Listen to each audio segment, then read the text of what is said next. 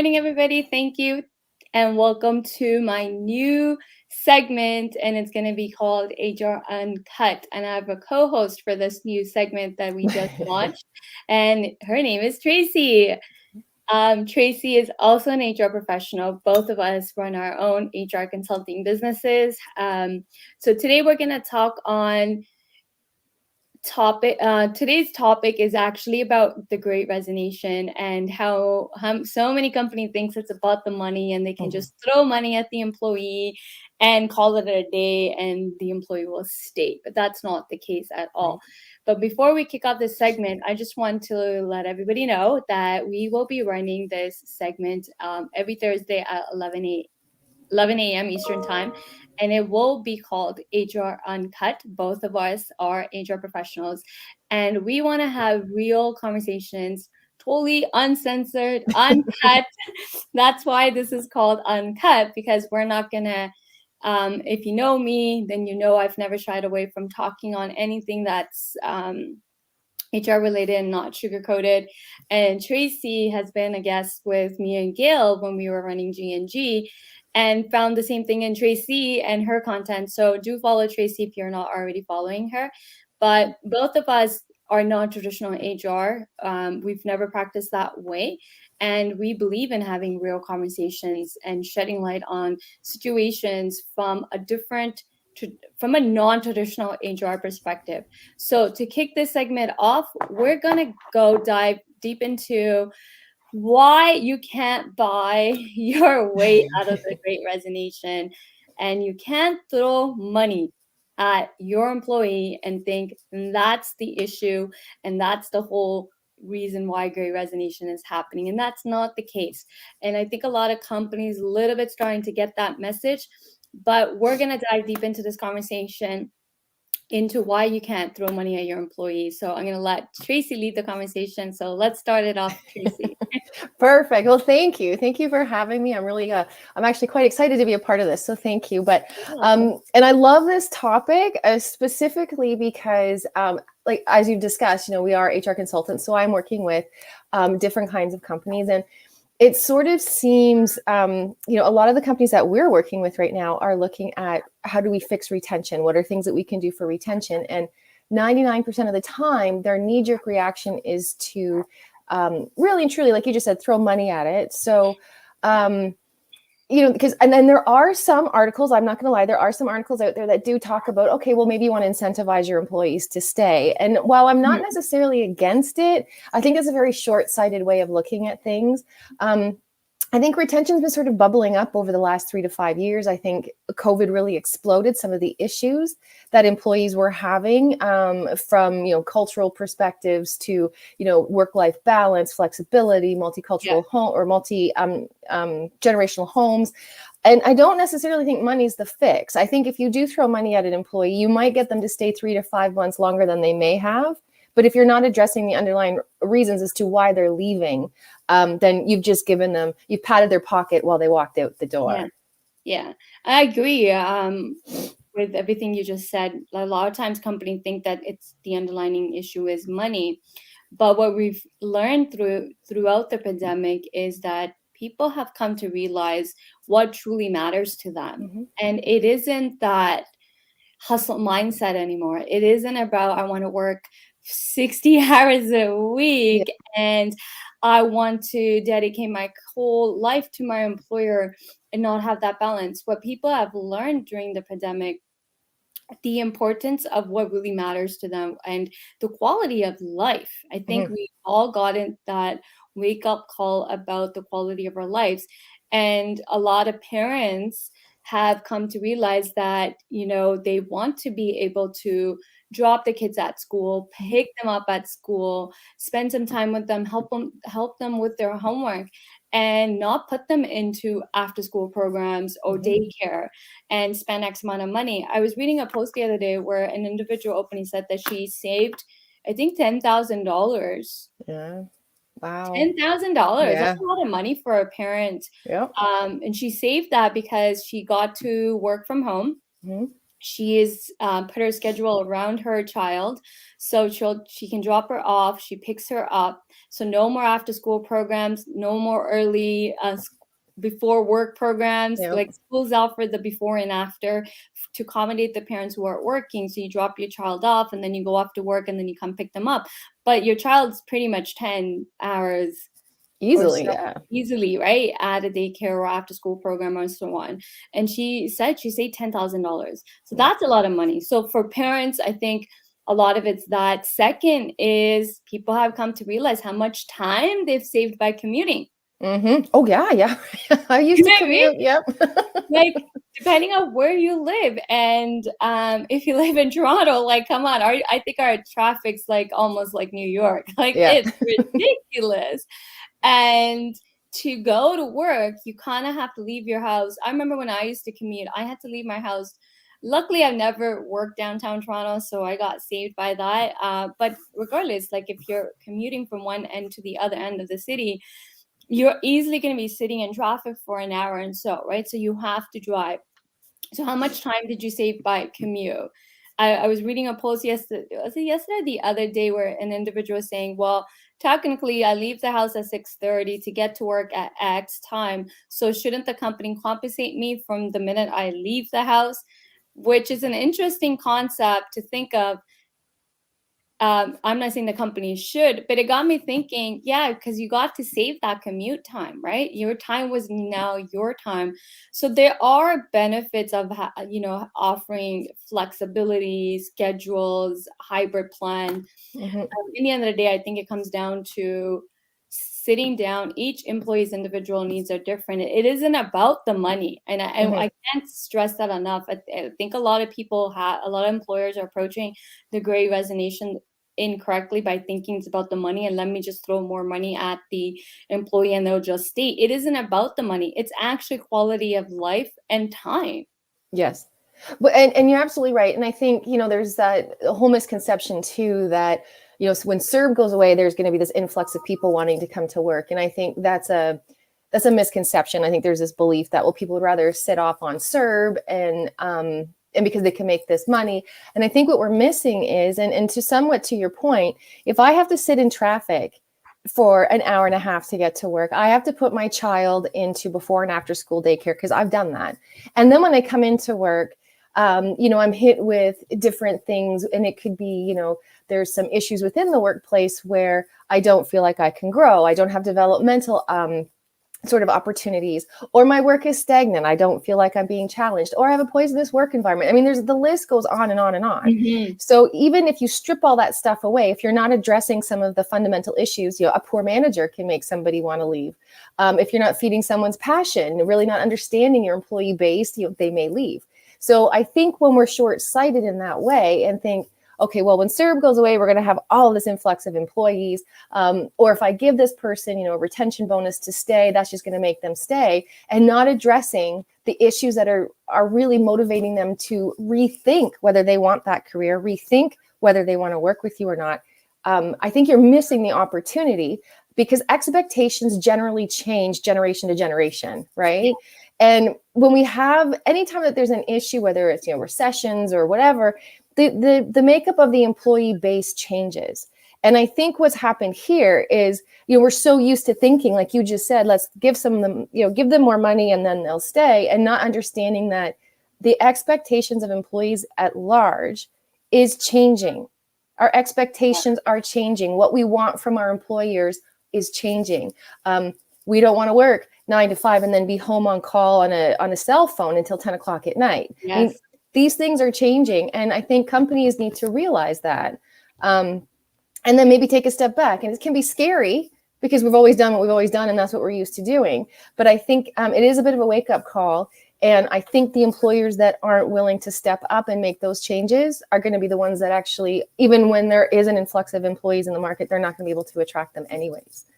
True. And that's I've seen those conversations as well. From different recruiters and talent acquisition professionals have been posting this, how hard they're finding it to attract talent. And I think a lot of people are not sitting there and taking a step back and asking themselves, well, why are you finding it hard to attract talent? One aspect, we have a great resignation where people are quitting. So there's a surplus of talent. Yeah. Yeah. There's tons of talent. So why are you finding the challenge to attract the talent? I think a lot other pieces the company's not looking at is, well, why can't you attract talent? Is it that you're making people come to work and they want the flexibility? Are you setting them on a set schedule where somebody maybe wants the flexibility? I've always found it ridiculous for an office setting to have employees come into work when they can easily work remotely. Like there's nothing stopping you. I remember one business owner, CEO, COO, said, "Well, I want them here because I don't know if they're going to be working at home and they're working on my dime." And it's like, okay, but technically speaking, why do you care to monitor the time? She was so obsessed that she had cameras put in Wow. place to be even to watch the employees from home. And they had like 100 employees. But it was just ridiculous. I'm like, how much time and energy are you spending just to save what? Pennies? Mm-hmm. In the Mm-hmm. end of the day, what does it matter how many hours someone works, so long as the work gets done, the quality is there, the efficiencies are there, and they get the work done. Mm-hmm. So I think pandemic has easily shown those employees where they were working for traditional employers, where working from home wasn't an option and they didn't want to entertain that option. And pandemic forced how many companies to go Mm-hmm. overnight to transition into working from home. And in Canada, definitely, like especially in Ontario, we've been accustomed to working from home probably for the longest time, 18 months. And again, employees got the dose of working from home. And also, I just don't understand the companies who are making employees come to work when 18 months they've been working, they've been producing. People Mm-hmm. have actually been producing way more in the pandemic. Some people have been burnt out. What's there to now say, okay, it was great for the pandemic, you have to come back to work because we need you in the office, right? Mm-hmm. So I think there's tons of problems with the whole great resignation. And I think companies really need to assess what really matters to you. Is it the control? And you definitely need the people, because you definitely don't need them in the office if it's easily a job that can be done from anywhere. Plus, you save money on overhead. I never Mm-hmm. got that concept because I've been working from home. I transitioned my entire businesses into digital format way back in 2016. And disclaimer, I had the advantage of putting out, like, I didn't tell companies that my entire business model is virtual, because there was still that perspective that you have Yeah. an office, and if you did look like whatever, they kind of saw you not legit. So I was fortunate enough, my dad was an entrepreneur, had businesses, so I just used his business address. But nobody knew, right? Yeah. And the work still got done. We worked remotely, we went on client sites when we needed to be, and the work got done. I think companies need to take a step back and just reassess and reevaluate what's really important to you, getting the work done. And does it matter what time someone works? Like, I never got that concept either. No, and it's an interesting one, I'll tell you. Because I've always looked at it because it becomes presenteeism, right? Because I have to be there just for the FaceTime to be there to be taken seriously. And I remember early on in my career working with a company, and some of my counterparts would, and I had a child at the time, so I would have to do the drop off and the pickup. So my schedule wasn't as flexible, and I couldn't come in, at 7 o'clock in the morning and sit there for an hour and look like I'm busy. I would come in and do, a solid day's work and get a lot done. But my counterparts would come in a little bit early, maybe come in at 7 o'clock and then stay till 5:30, always to make sure they were there before our boss, our manager came in, and they were there well after that person left. And they were getting praised for it, right? Because they were, oh, look at, they're there all the time. But if you're really looking at the quality of the output of work, were they any better for being there? And I think what happens is we get stuck in that thought process is, well, if you're here, you must be a better worker. You must be more productive and you're so much more engaged. That's not necessarily so. I can show up and not do anything for the day, right? And on the flip side of that, I could be at home and maybe work 4 solid hours and be more productive than the 8 hours I could have given you in the office. Yeah. So I think we need to look at that too. And I think it's a very old-fashioned way of thinking that you have to be in the office to be A a producer. productive, yeah, for sure. Yeah. And I agree with you on that. Like, just because you came to the office and the people just have that perspective, I'm like, you came early, you stayed Hmm. back, you work so many long hours, you must be superstar. Yep. But that's all cosmetics. That's all Yes. materialistic things, right? Yep. Like, well, let's look at the output.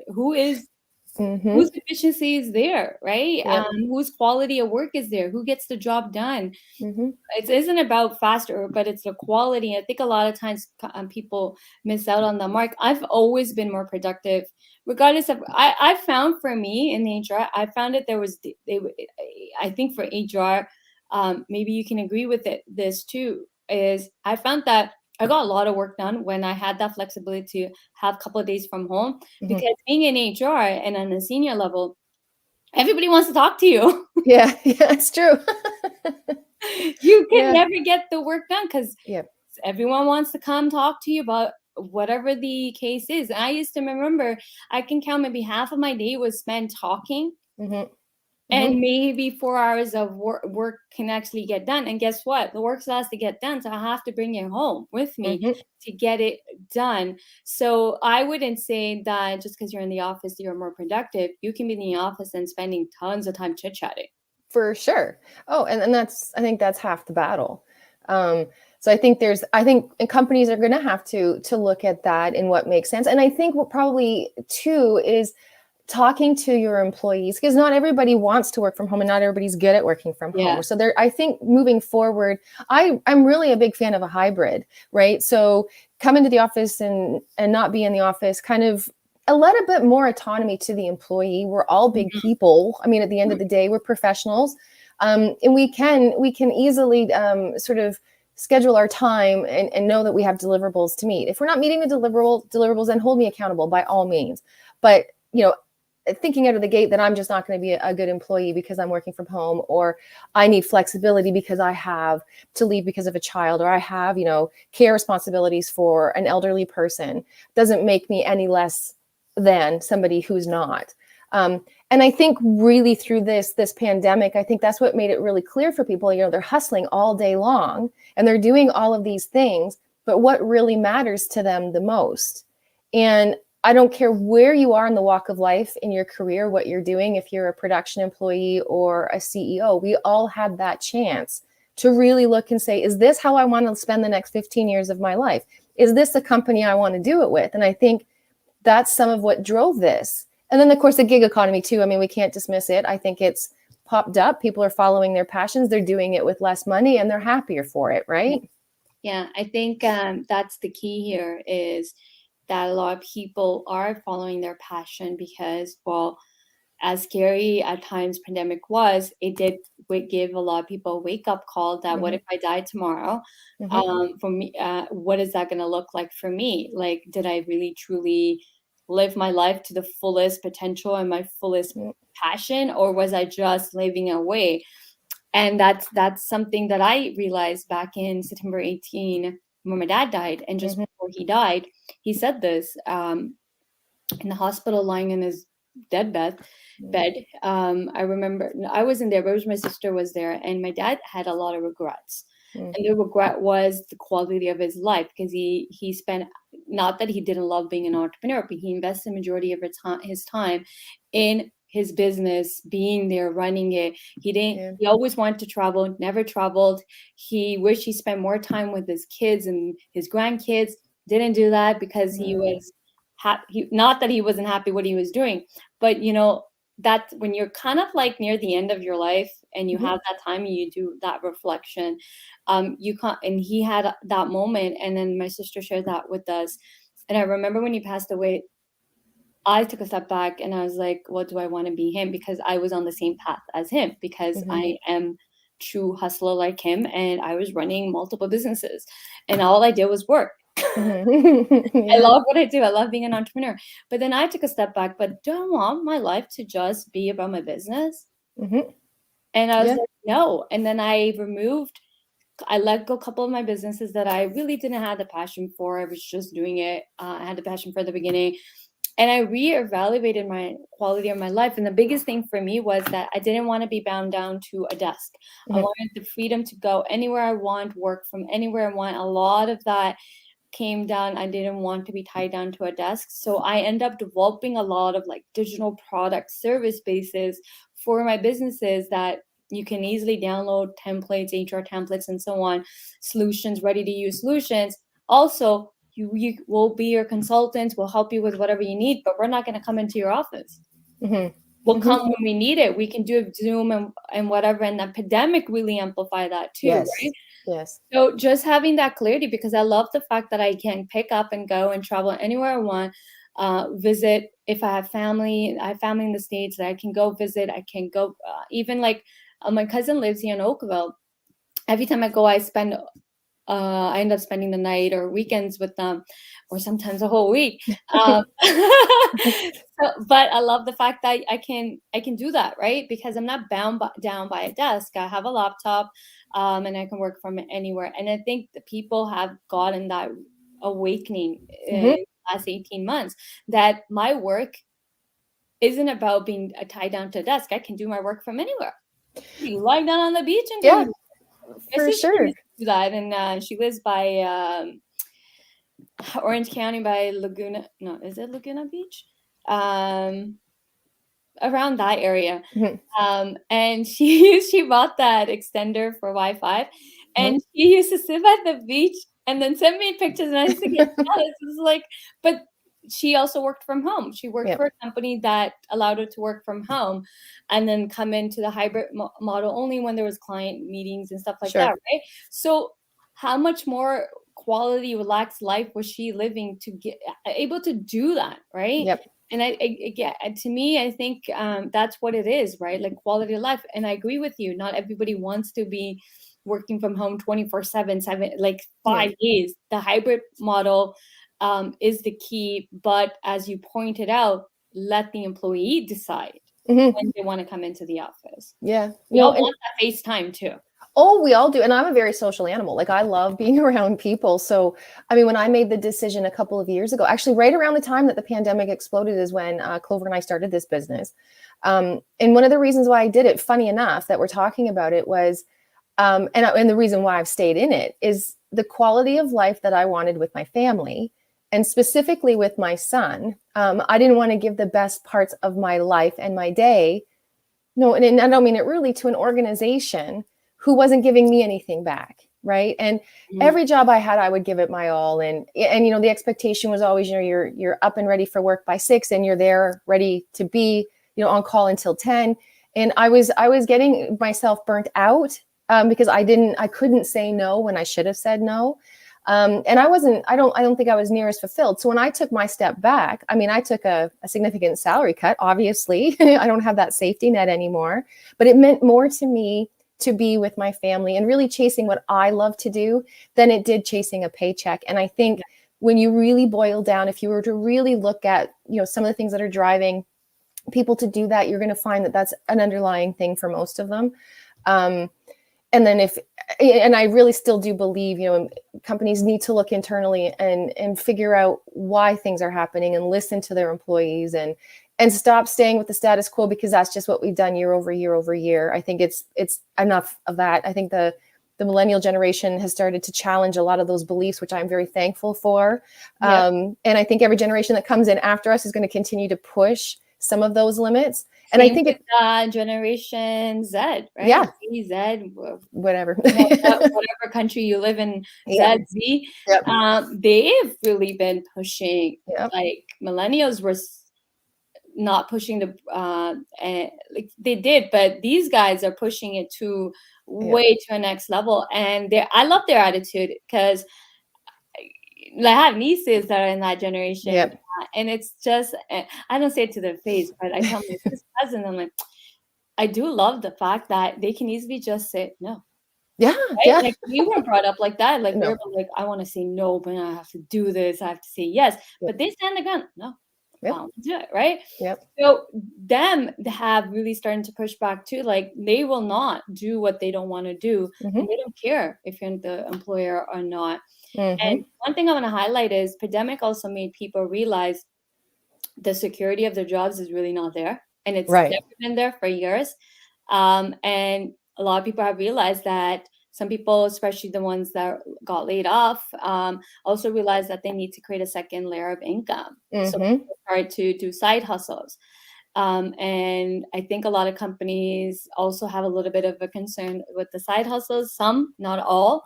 But I think that's where the whole great resignation comes down to, is people want to chase their passion. People don't just want their life to be just about work. And people are looking ways to create a second a layer of income through a side hustle. And Mm-hmm. then if that turns into full time, it turns into full time, right? So that flexibility, again, it comes down to time, quality Mm-hmm. of life. Yeah, for sure. No, and I couldn't agree more. I think that's a lot of what I'm even seeing when I'm working with companies. And sometimes it's like pulling teeth because they can't understand, well, why do you want me to go in this direction? And you do the employee surveys and you speak to the employees and you're getting to understand what's driving them to look for some of the more senior folks, and they don't understand it. Well, I don't want to do that because it feels like more work. Well, then you can just have that revolving door then. I mean, if you're not, I think employers have to get real. And I think standing behind the I can't, and this is the way we've always done it. And because you can't replace people. I think maybe even 10 years ago, you may have been able to say that, this is how we do it. It's my way or the highway. And somebody else would come in and fill that job. That's not what it's about anymore. I mean, your candidate base isn't like that. Your existing employees aren't like that. So I think there is a little bit of it's a chance right now, I think, for companies to really embrace the retention strategies. Yeah. And maybe flip it from I think I saw this actually article that said, maybe it's not so much the great resignation, but the great retention. So I think that there needs to be a lot more emphasis put on what can we offer our employees? What can we do to be better? And then listening and hearing what they're saying to us. Yeah. You touched on a great point. It is about the retention. And I always tell companies that, you can attract talent, minus right now where companies are struggling to attract Mhm. talent. But prior to the Great Resignation, you were able to attract talent. And I found that attracting talent what isn't the hard piece. The hard piece was retention. Mhm. And sadly, what I found working through with different clients is some people are not even aware they have a retention issue. It's so true. Oh, you're so right. Yes. And I was like, okay, like always when I'm meeting with potential clients, and one of my questions always is, what does your turnover look like? Every single person was like, oh, we don't have turnover. Right. All the employees love us. We Mm-hmm. retain them. And I'm just sitting there smiling, saying, yeah, sure, buddy. But if you hire me, the first thing I'm going to do is do an audit. And one thing I'm going to do is run a turnover report. Sure enough, you run the turnover report. If they have an HR system, then Yep. it's easy to do. If they don't, up a payroll system. Yep. And you can see the gap. So one company, and a lot of people don't understand, turnover is a cost. It can cost you Mm. easily, depending on the role the individual held, anywhere from 100 to 300% of their ending salary. So Mhm. when I found out about one client, I ran their turnover report. Long story short, basically all the recruitment that they were doing wasn't because they were growing and they were Yep. adding new roles. It's because people were just leaving. Yeah. Burn and churn. Yeah. Yeah, people were Yep. leaving because one of the compensation was low, and there was tons of reason, toxic work environments, and so on and so on. So I ran that report, did the cost from 100 to 200, and I sent it. I'm like, this is how much money you don't see it. You don't Mm-hmm. really see it going out of your account, a bank account, but it is a cost. To lose an employee, it's a cost, especially like a right talent or top talent, a good employee Mm-hmm. you just lost. It's going to cost you, and research shows it can cost you anywhere from 100 to 300%, because it isn't just about replacement. It's a loss of productivity, loss of Yep. efficiencies, loss of employee morale in the department. Yep. Yep.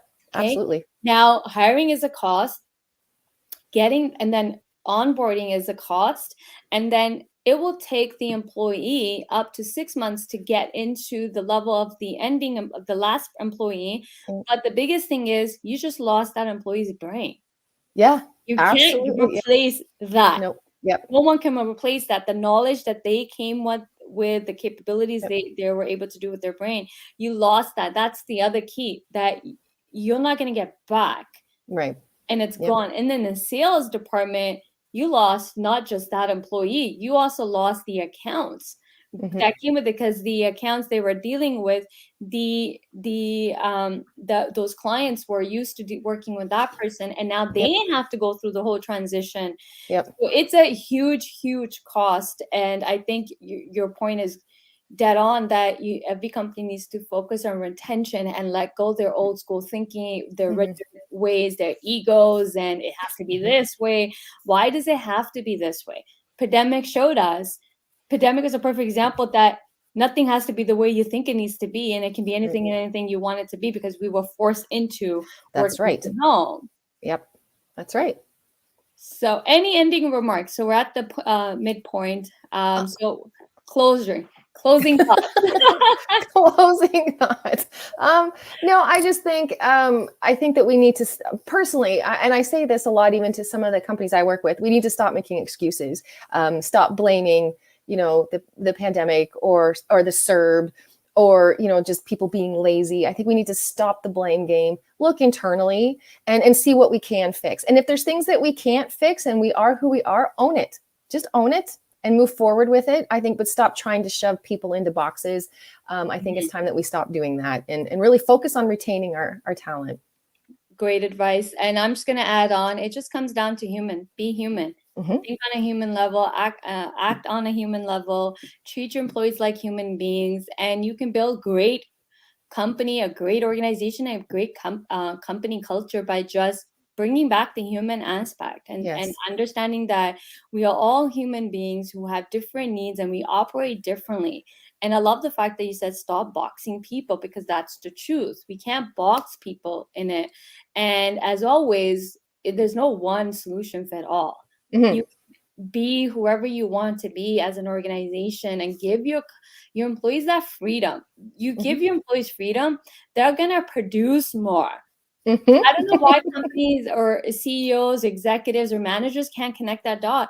The freedom you give your employees to manage their work, manage their schedules, the more they're going to produce, because the efficiency, the creativities, right? That innovation, being innovator and creative, that mind's going to flow if you give them that freedom instead of boxing them.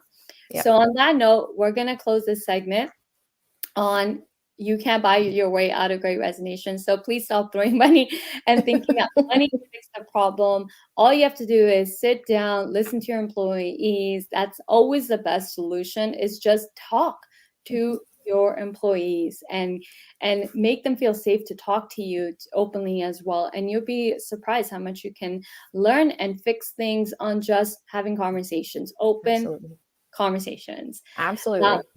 On that note, we'll end it right here. We'll be back next week with another great HR topic. And this segment is HR Uncut. My co-host is Tracy. And on that note, I'm Gurpreet. I forgot to mention. I'm Gurpreet. Both of us are HR experts in attracting a talent and retaining talent.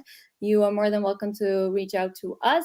Also, hey, if you're an HR professional that wants to come on our show and be a guest with us, you're more than welcome to join us on any topic you would like to discuss. So open call invitation for any HR professionals that would love to engage on a great conversation. Again, it's HR Uncut, so everything goes here. So on that note, have a good afternoon and good day, and enjoy your weekend as we're wrapping up the week, and we'll be back next week. Bye, guys. Perfect. See ya.